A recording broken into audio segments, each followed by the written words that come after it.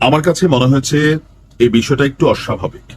বাংলাদেশে এই মুহূর্তে বেশ কিছু বিচ্ছিন্ন ঘটনা ঘটছে, বাট একটা আরেকটার সাথে কানেক্টেড।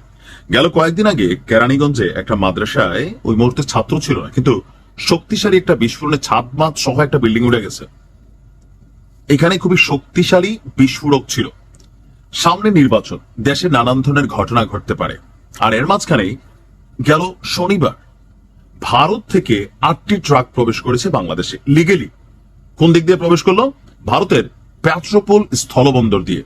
আর এই 8টি ট্রাকে বিপুল পরিমাণ বিস্ফোরক বেনাপোল স্থলবন্দরে প্রবেশ করেছে।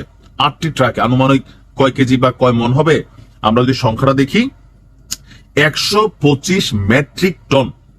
1 মেট্রিক টন কত কেজিতে? এটা কুইজ রইল। কারা আমার ভিডিও দেখেন একটু জানাও দরকার, হ্যাঁ, পড়ালেখা করবেন।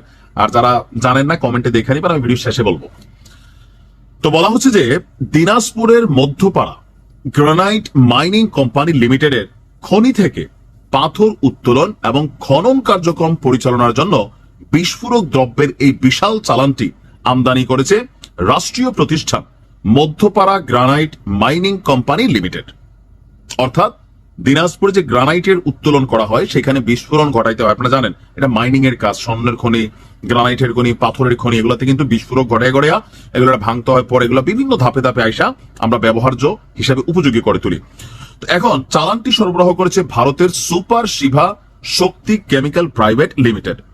এখন বিস্ফোরক আমদানির বিষয়টি স্পর্শকাতর হওয়ায় বন্দর এলাকায় বিশেষ নিরাপত্তা ব্যবস্থা গ্রহণ করা হয়েছে। বেনাপোল পোর্ট থানার যিনি ভারপ্রাপ্ত কর্মকর্তা আছেন তিনি বলছেন, বিস্ফোরক দ্রব্যের চালানটি সরকারি নিয়ম এবং অনুমোদনের আওতায় আনা হয়েছে। বন্দর এলাকায় সার্বক্ষণিক পুলিশ আইন শৃঙ্খলা বাহিনী নজরদারি করছে।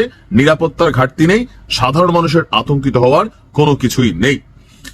আর ভারতীয় ট্রাকগুলো বর্তমানে বন্দরের ডট নাম্বার, আমি বললাম না কারণ আমার ভিডিও শুনে অনেকে যাইতে পারে, ডট নাম্বার ইয়ার্ডে পুলিশি পাহারায় রাখা হয়েছে। আমার কাছে মনে হয় যেটাতে আসলে তো রাষ্ট্রীয়ভাবে আনা হয়েছে, তাহলে সমস্যা কি আছে?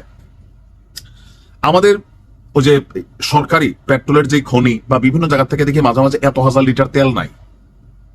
কালকে বিএনপির প্রোগ্রাম হয়েছে, পুলিশি নিরাপত্তা ছিল, 58টা মাইক নাই, না 58 কয়েল তার নাই, মাইক নাই।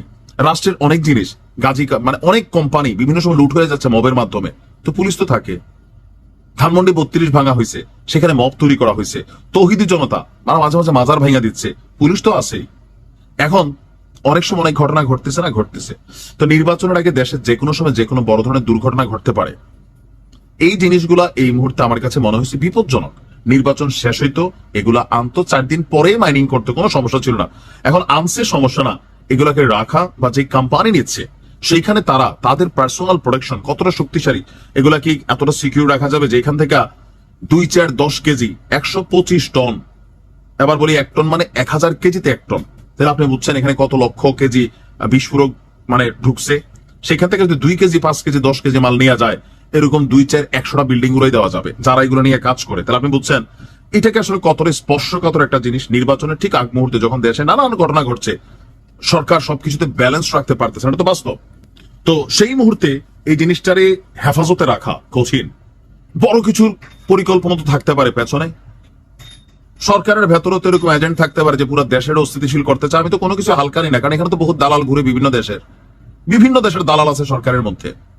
আমার মনে হয় যেহেতু নিয়েই আসছে, এটাকে সেনাবাহিনীর তত্ত্বাবধানে দিয়ে দেন। নির্বাচনের আগে কোন রকম মানে রিস্ক লওয়ার সুযোগ নাই ভাই। বহুত উপদেষ্টারা দেশ ছেড়া পালাই যাবে, ঘটনা ঘটাই দিয়া আপনি বিপদে পড়বো। সো এটা খুবই ডেঞ্জারাস একটা জিনিস, এটা সেনাবাহিনীর হেফাজতে রাখা হোক, এটা আমার পার্সোনাল দাবি। ভালো থাকুন, আসসালামু আলাইকুম।